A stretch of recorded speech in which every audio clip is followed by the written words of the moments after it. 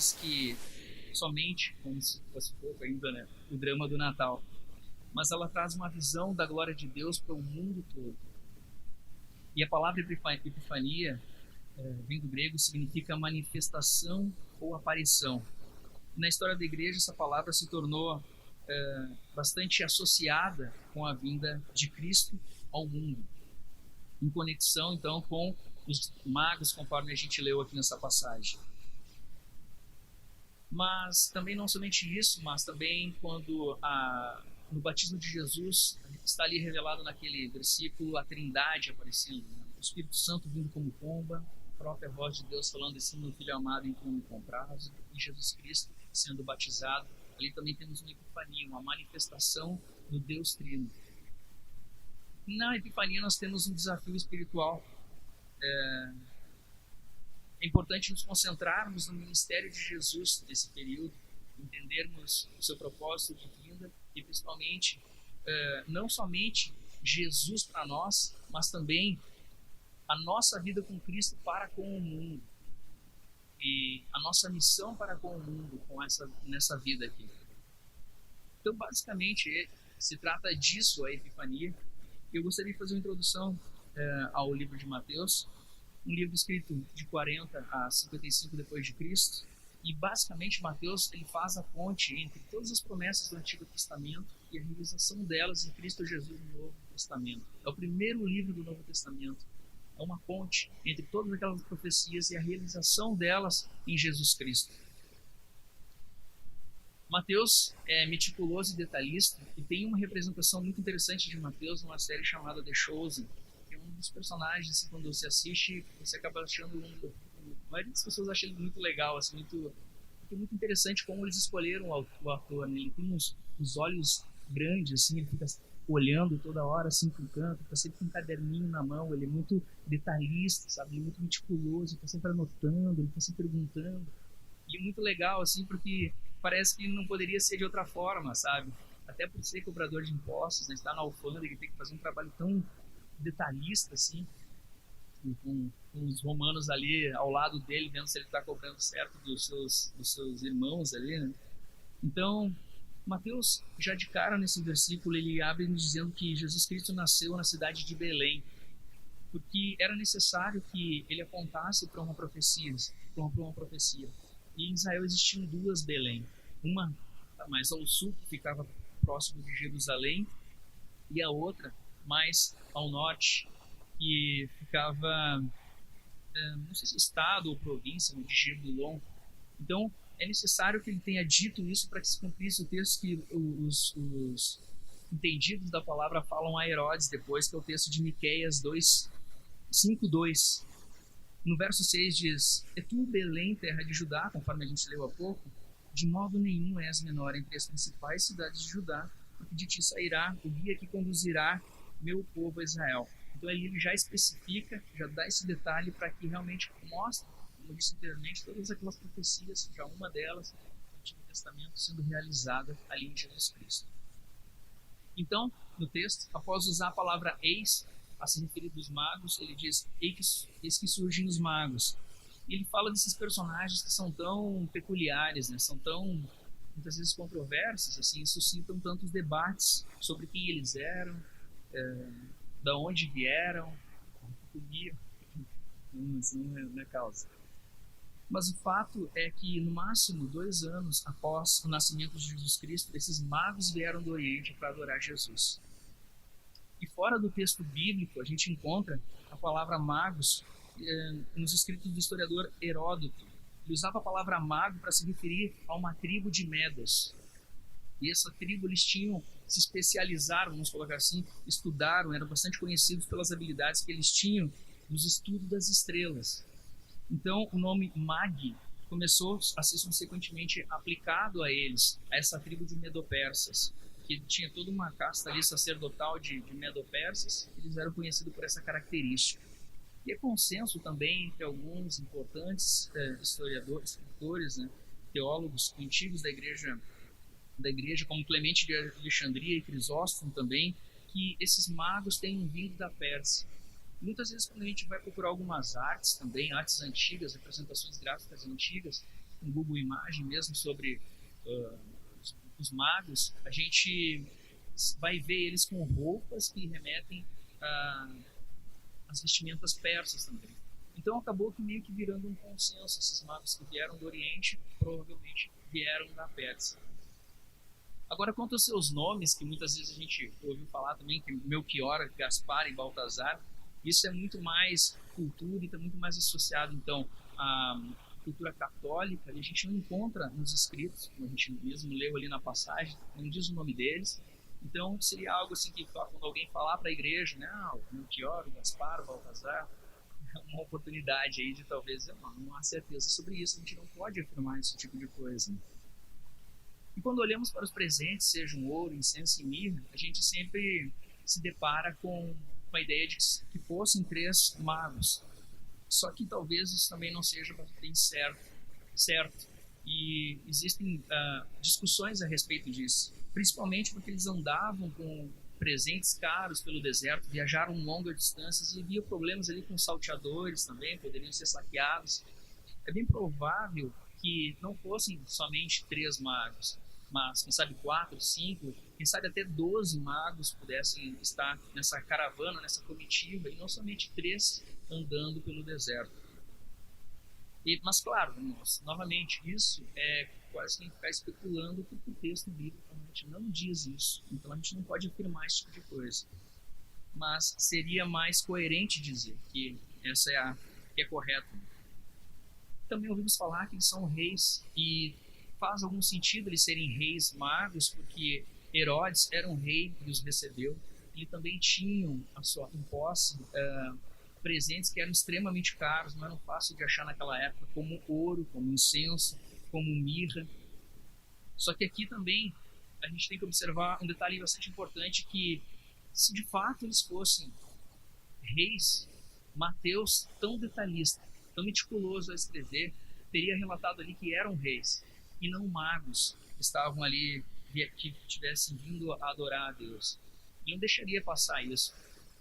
Quando nós olhamos para Daniel 2, o rei Nabucodonosor, perturbado com seu sonho, ele manda chamar ali encantadores, ele manda chamar feiticeiros e magos também, para que tentem desvendar aquele sonho que ele estava tendo. E lá em Atos 13:6, a gente vê um mago sendo chamado também de mágico.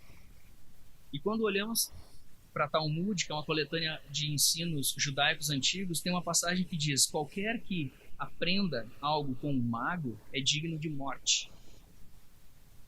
Então, aqui a gente pode até pensar num aspecto apologético das escrituras, de defesa das escrituras.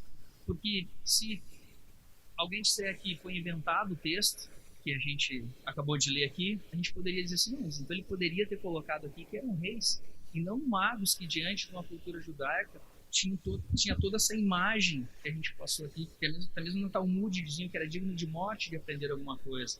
Ele teria colocado que eram políticos poderosos ao redor do mundo, reis poderosos vieram, podia dar um peso muito maior ao nascimento do rei Jesus, dado um ar mais solene para esse grande acontecimento que é o feito do nascimento de Jesus, o próprio Deus vindo aqui à Terra. No entanto, eram magos. Nos dias de hoje também, irmãos, quando nós falamos em magos, a gente sempre lembra, ou alguns de nós podem lembrar do Senhor dos Anéis, ali do Gandalf, de repente do Mestre dos Magos, do Caverna do Dragão. Mas bem provável que esses magos eles tivessem muito mais conhecimento de astronomia e astrologia do que de magia, como a gente lê nesses contos de fantasia, que estão muito, muito vívidos no imaginário comum das pessoas. Então, com a nossa cabeça hoje contemporânea, quando a gente fala em magos e lê dentro do texto bíblico, talvez isso cause um pouco de estranheza. Magos? Que coisa estranha isso, né? Então, isso aqui em Porto Alegre, a gente sabe bem o nosso contexto, quando a gente está passando pelas ruas, a gente vê nos postes ali o astrólogo, o numerólogo, fulano de tal, traga o marido em 3 dias, esse tipo de coisa, que remete muito a charlatanismo. E quando a gente olha para o texto e vê essa palavra, a gente fica, então, um tanto achando um pouco estranho isso.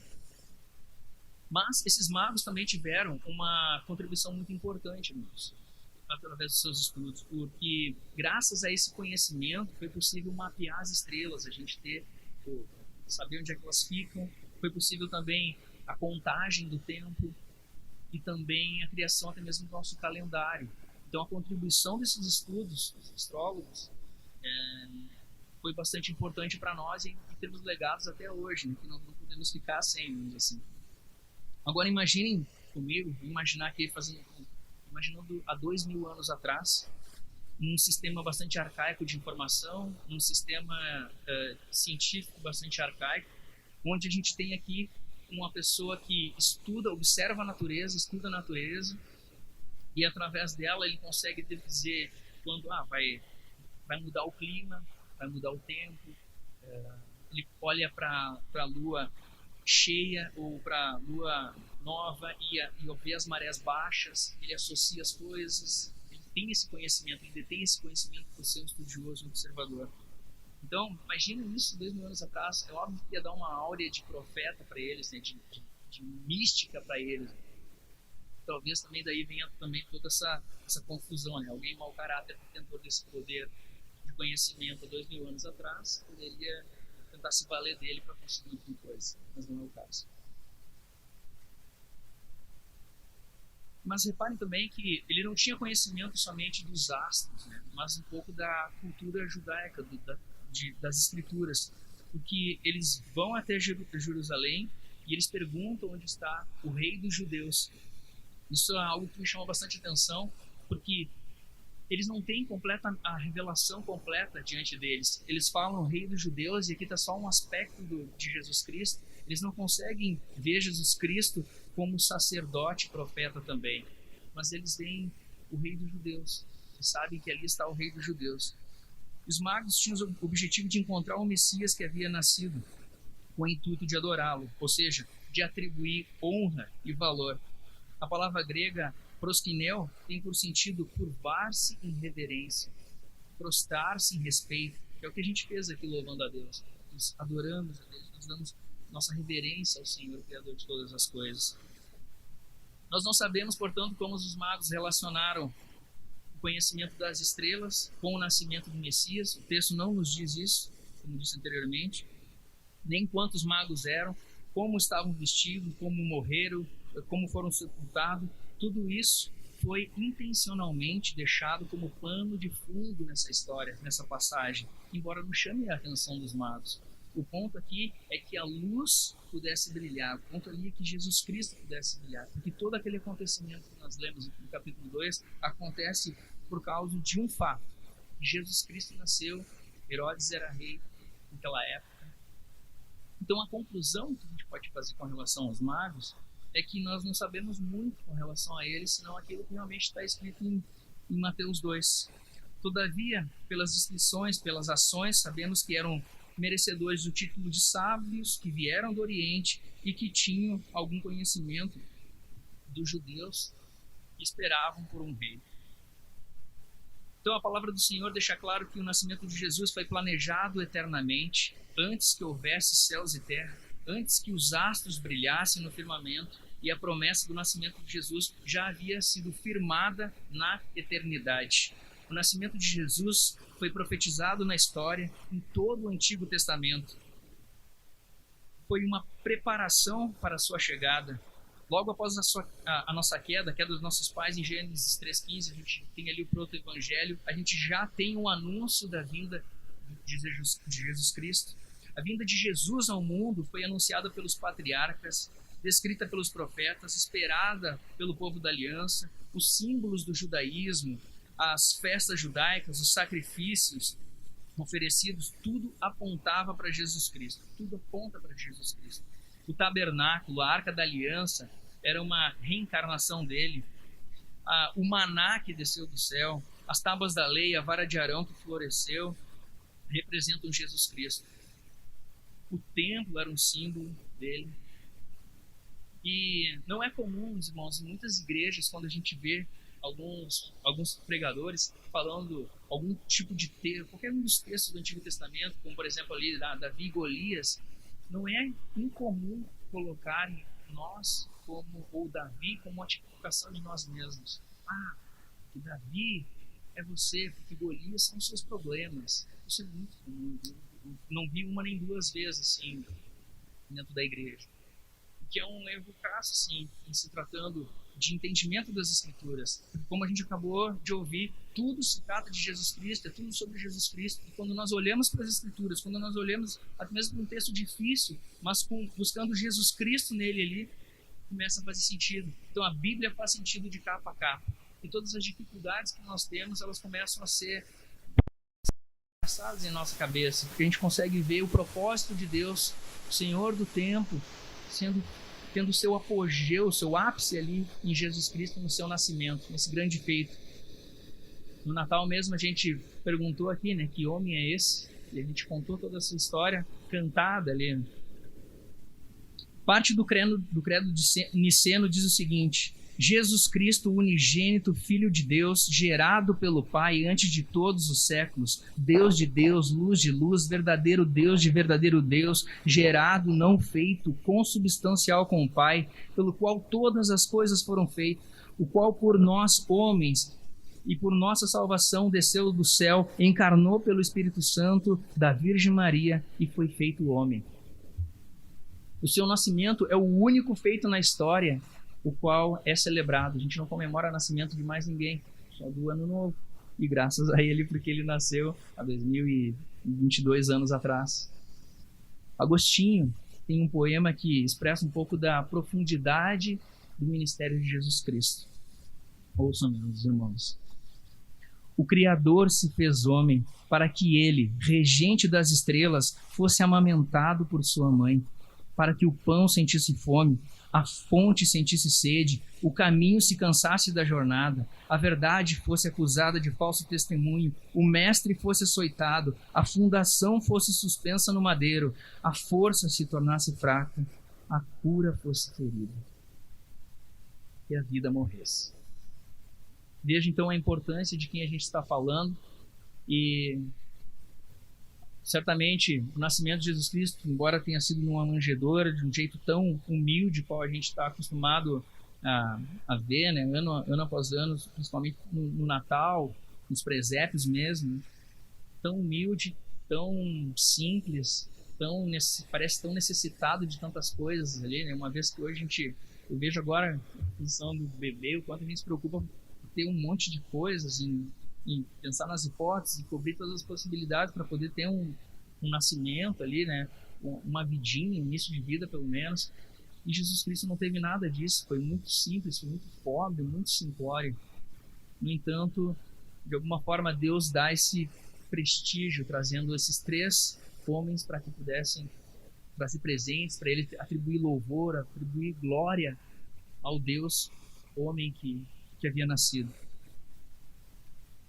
Então, para respondermos a pergunta dos magos, onde está o rei dos judeus, nós vamos analisar esse capítulo 2 sobre 3 aspectos: rejeição e hostilidade, indiferença e descaso, e rendição e adoração, dando enfoque a Jesus Cristo através dos 3 reis magos.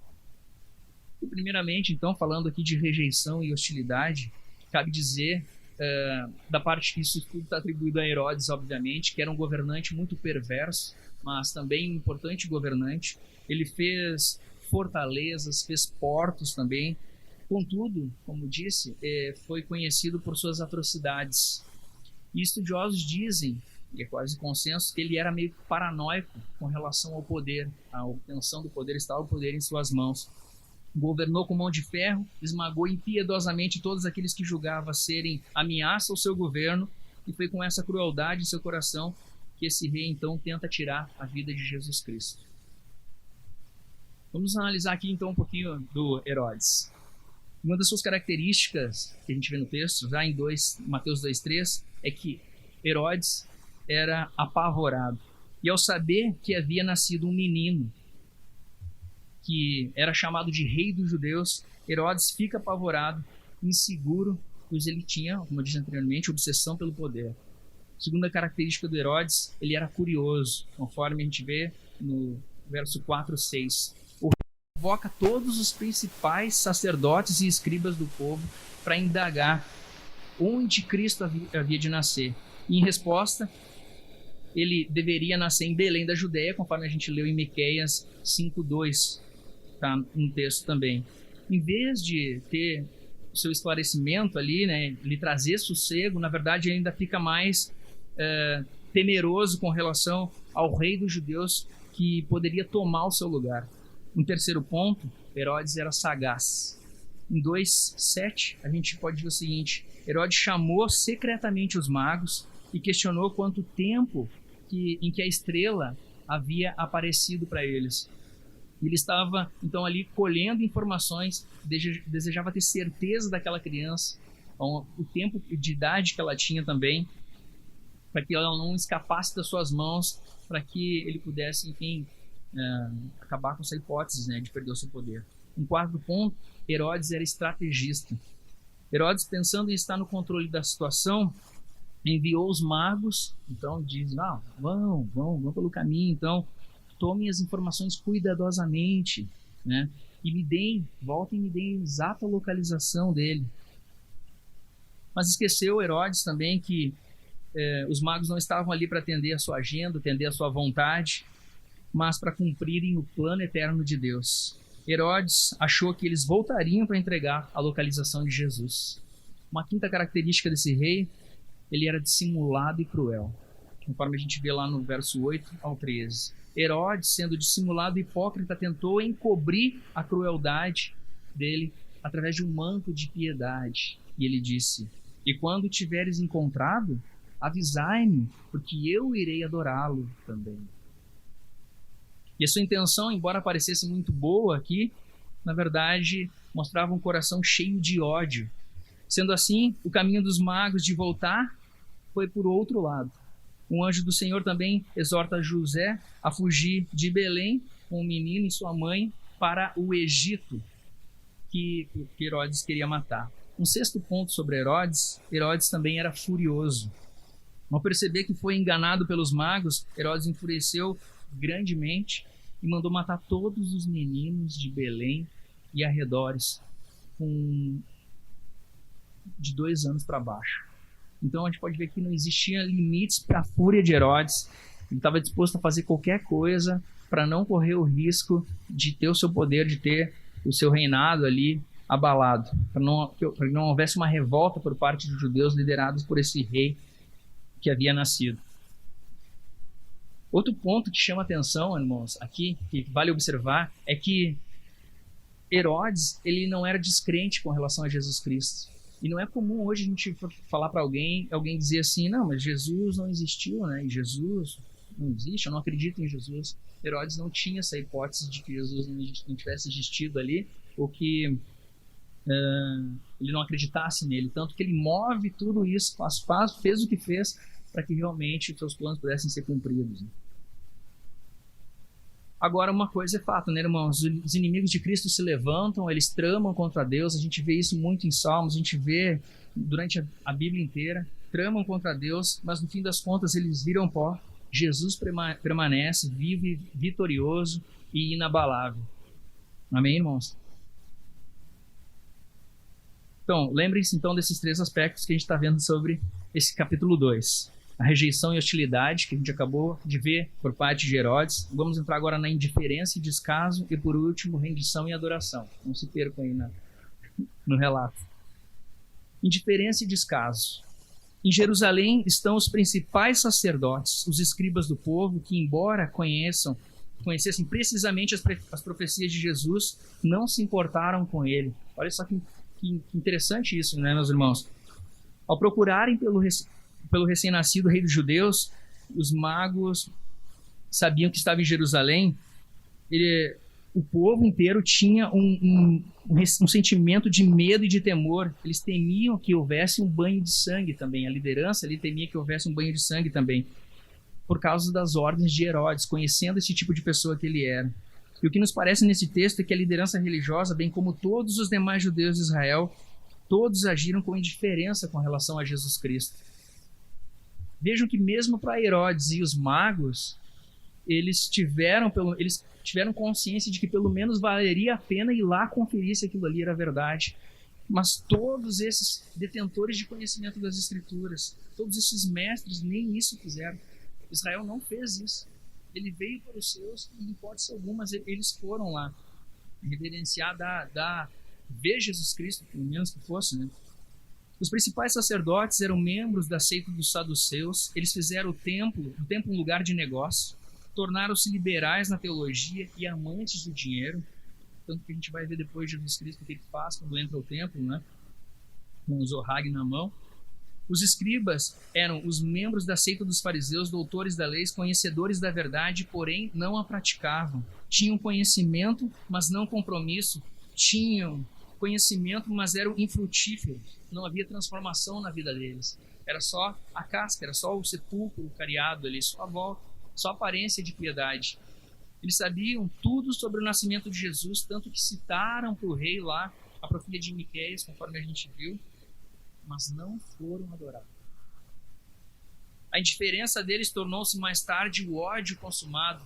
30 anos depois, esse mesmo povo que não atribuiu honra ao Senhor, nascido ali, também incitou o povo a crucificá-lo numa cruz. O Sinédrio era o supremo conselho dos judeus, a corte suprema do julgamento, o mais alto magistrado. Eles eram formados pelos principais sacerdotes, escribas, anciãos, homens frios, estavam mais preocupados em manter as suas regalias ali, do que de fato viver aquilo que eles diziam que acreditavam. E aqui, acho que a gente pode, cada um, fazer uma aplicação diante do que a gente viu até agora, né, para si mesmo. Por último, rendição e adoração. E aqui a gente pode dividir entre o que os magos fizeram antes de ver Jesus e o que os magos fizeram após ver Jesus. Eles não mediram esforços, a gente vê lá logo no primeiro capítulo, lá no primeiro versículo. Eles vieram do Oriente a Jerusalém. Foi uma longa viagem pelos desertos, tórridos, sendo castigados pelo calor rigoroso durante o dia, o frio implacável durante a noite. Foram dias, semanas, quem sabe meses de uma jornada cheia de perigos.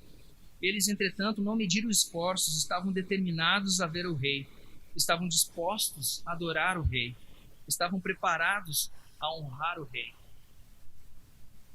E eu, muitas vezes, crio desculpas para não vir no culto de manhã, para adorar o rei.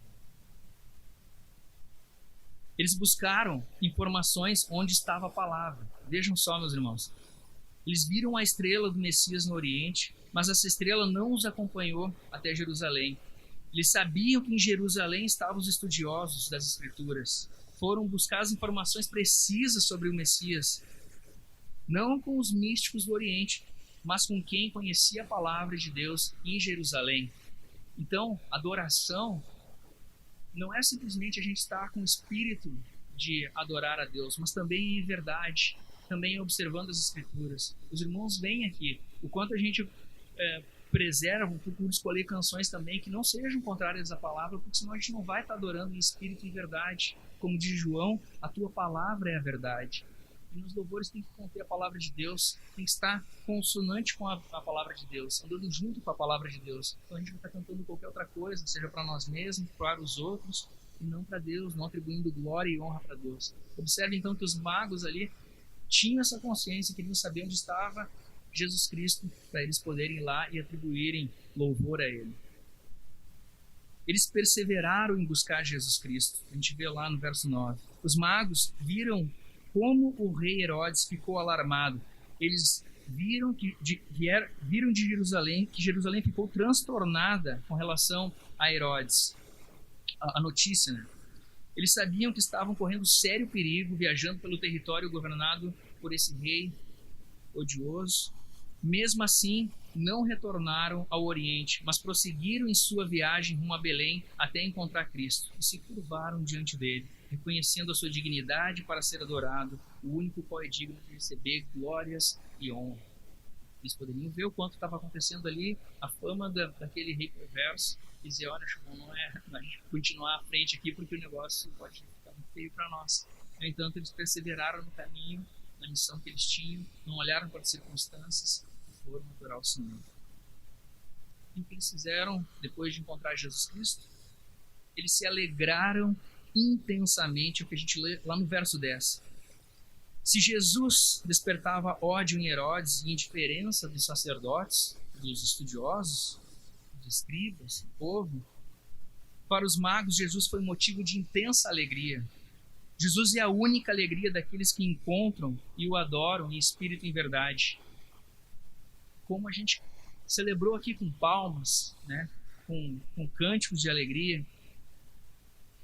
Irmãos, não foi nenhuma nem duas vezes, os irmãos sabem disso, em que a gente entra aquela porta ali com uma sacola de problemas em nossas mãos. E a gente chega aqui no culto, ora, o louvor é tocado, a sacola está tão pesada que a gente não consegue levantar as mãos para adorar a Deus, em função de uma série de circunstâncias que acontecem na nossa vida. Mas aqui, irmãos, cabe a gente refletir que não se trata de nós, irmãos. Não se trata do que nós temos para dar para Deus aqui. Porque é bem possível que a gente não tenha muita coisa para dar para Deus. É bem possível que, como eu disse, nós, por nós mesmos, a gente estivesse fazendo qualquer outra coisa. Mas é porque Ele operou em nós o querer, que a gente veio à igreja. E o significado do culto, de estar reunidos aqui como igreja, irmãos, é, antes de mais nada, responder ao que Ele fez por nós, ao que Ele faz por nós. Os irmãos viveram um ano inteiro aí de tantas dificuldades em função da Covid também, a gente perdeu pessoas que ama, mas não somente isso, né? Tantos outros problemas que surgem na nossa frente, e às vezes a gente vem para o culto mais com o intuito de buscar coisas ou consumir coisas, receber coisas, aprender coisas, né? Ao passo que a gente também tem a série de problemas para tentar lidar e dar para Deus. Mas, meus irmãos, é Ele, irmãos, é Ele que fez todas as coisas, é Ele que nos dá todas as coisas, é Ele que nos dá o alimento, nos dá saúde, nos dá uma igreja, nos dá irmãos, nos dá familiares. Jesus Cristo diz em Mateus 11, 28 e 30, venham a mim todos que estão cansados e sobrecarregados e eu darei descanso a vocês, pois o meu jugo é suave e o meu fardo é leve. Então, irmãos, nós viemos aqui, irmãos, para responder a Deus. Antes de mais nada, viemos aqui porque Ele nos amou primeiro. Eles adoraram Jesus com humildade, está lá no verso 11. Os magos entraram na casa onde estava Jesus Cristo. O nascimento já tinha ocorrido. E nós podemos chegar à conclusão de que haviam se passado aproximadamente 2 anos. Portanto, assim, muitos dos desenhos que a gente vê com relação a presépio, ou até mesmo a montagem do nosso presépio ali, é um tanto impreciso e incerto de ter 3 magos ali. Mesmo no meu presépio lá tem os 3 magos, fica mais bonitinho, mas é impreciso. Na verdade, a gente fica alimentando isso, né? essa cultura de que o presépio está montado daquela forma ali, mas é bem provável que ele já tivesse aproximadamente uns 2 anos. A gente olhar para o Samuel ali, era mais ou menos a cultura que ali em São Paulo da Renata ali. Eles entraram na casa, os magos não adoraram a estrela, não adoraram a Maria, a mãe de Jesus, mas o menino Jesus que estava ali. Eles identificaram o menino Jesus e o adoraram. E eles abriram mão do seu prestígio e se curvaram. Muitos comentaristas e pregadores, quando dizem que toda a ênfase de Mateus sobre os magos é colocada naquilo que é mais importante, viemos adorá-lo. Nós fomos criados para adorar a Deus, hoje e para todo sempre. E a resposta do Catecismo de Westminster, já na primeira pergunta, diz assim: o fim supremo do homem e principal é glorificar a Deus e alegrar-se nele para sempre. Amém? Eles presentearam Jesus com ouro, com incenso e com mirra, lá no verso 11. Eles levaram tesouros para Jesus num claro reconhecimento de que aquele lá era o rei, era o Messias. Pelo costume do Oriente, combinavam veneração também com presentes. E os presentes, ouro, incenso e mirra, também estão consoantes ao texto de Isaías 66, que fala a respeito desses presentes. O ouro é um presente para um rei, o incenso, um presente para uma divindade, e a mirra, um presente para quem está destinado a morrer. Orígenes também escreve: Ouro para um rei, mirra para um mortal e incenso para um deus. Ouro, portanto, para aquele que de fato era o rei. Sim, o rei dos judeus, rei dos reis, senhor dos senhores. Incenso para aquele que de fato era Deus e que habita na plenitude da divindade de Deus, 100% Deus. E mirra para aquele que de fato também era 100% homem, destinado à morte, e isso com base na sua própria vontade. Ele não estava fugindo da cruz, né, irmãos? Os magos entenderam a revelação natural, que era aquela estrela, e agora recebem uma revelação especial. Foram advertidos pelo próprio Deus, através de um sonho, que não era para voltar à presença de Herodes. Deus estragou os planos desse rei cruel e guiou os magos de volta à sua terra, sem retorno a Jerusalém. Uma aplicação bem simples que a gente pode fazer disso é que todos aqueles que encontram Jesus Cristo vivem em obediência às orientações divinas, eles regressam por outro caminho à sua terra. Aqueles que têm um encontro com Jesus Cristo nunca mais andam pelos mesmos caminhos. Há uma mudança de mente, de coração, de vida, de rota. Todo aquele que encontra Jesus Cristo em sua vida tem a sua vida transformada por Ele. E é assim durante todo o ministério de Jesus Cristo. As pessoas vêm e Ele diz, vá lá e não peque mais. Até por isso, esse tipo de teologia estranha que a gente ouve por aí, bastante inclusiva, a gente vê que não faz sentido, né? Uma vez que, se de fato as pessoas têm um encontro real com Jesus Cristo, as suas vidas são transformadas. E por fim, irmãos, Jesus é o Senhor de todos e o chamamento do Evangelho se dirige a todos, sem levar em consideração raça, sexo ou nacionalidade. O Messias não era mais um privilégio somente de Israel, mas agora um privilégio para o mundo, para todos nós. Quando nós olhamos em Mateus 28:19, o texto diz, o próprio Jesus falando, portanto, ide, fazei discípulos de todas as nações, batizando em nome do Pai, do Filho e do Espírito Santo. Assim vemos que existe uma estreita conexão entre o capítulo 1 e 2 de Mateus.